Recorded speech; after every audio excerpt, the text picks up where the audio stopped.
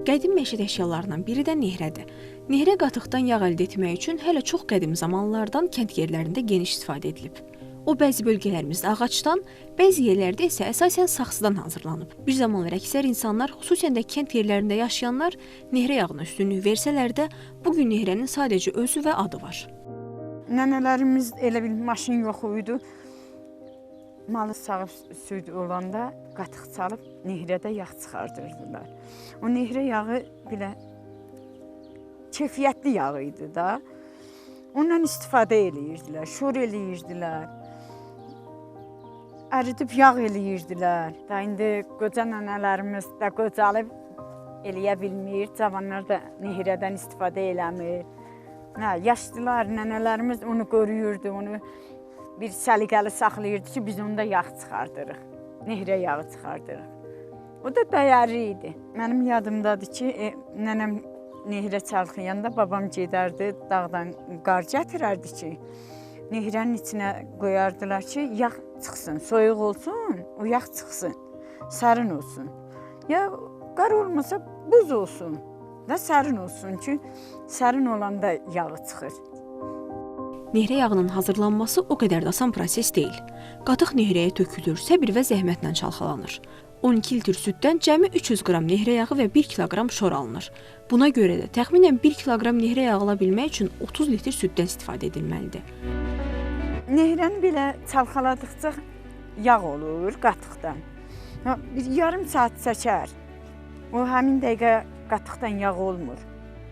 Çalxaladıqca yağ qatığın üzünə qalxır. İndiki kərə ya elektronda çıxan kərə, nehrə kərəsinin dadını vermir, belə tamın vermir. Bu qatıqdan olur. Onu qatıqdan eləmirlər. Süddən elə bir elektrondan ayrılır. Xama çəkirsən, sonra kərə eləyirsən, amma bu qatıqdan elə nehrə yağı çıxır.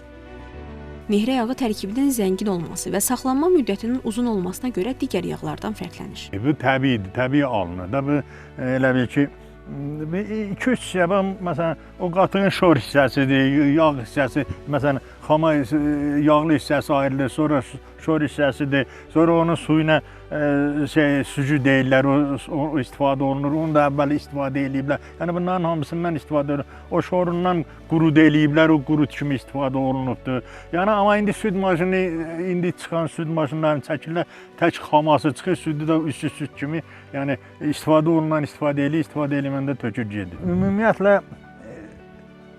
qədim əşyalar hamısı təbiidir. Məsələn, bu özü, məsələn, taxtadan, ya indi cəvizdən, ərikdən filanla hazırlanıbdır. Məsələn, saxsı qablar var, küpələr. Bunların özündə pendiri, yağı saxlayırsan, heç xaladelnikə də ehtiyac olmur. Dəmir qabda bunu çalxalasan, ya alüminium olsun, mis olsun, bunda oksidləşmə gedəcək, amma bu taxtada oksidləşmə heç nə yoxdur. Yəni, ona görə çox faydalıdır. Çox faydalıdır. Yəni, indi istifadə olunmur da, indiki insanlar istifadə eləmirlər. Əvvəlki insanlar istifadə edirlər. Amma məsələn, öz anamda mən görmüşəm, bizim evdə olubdur nehrə. Əvvəllər hər evdə olan nehrədən çıxan təbii kərə yağı süfrələrin bəzəyi idi.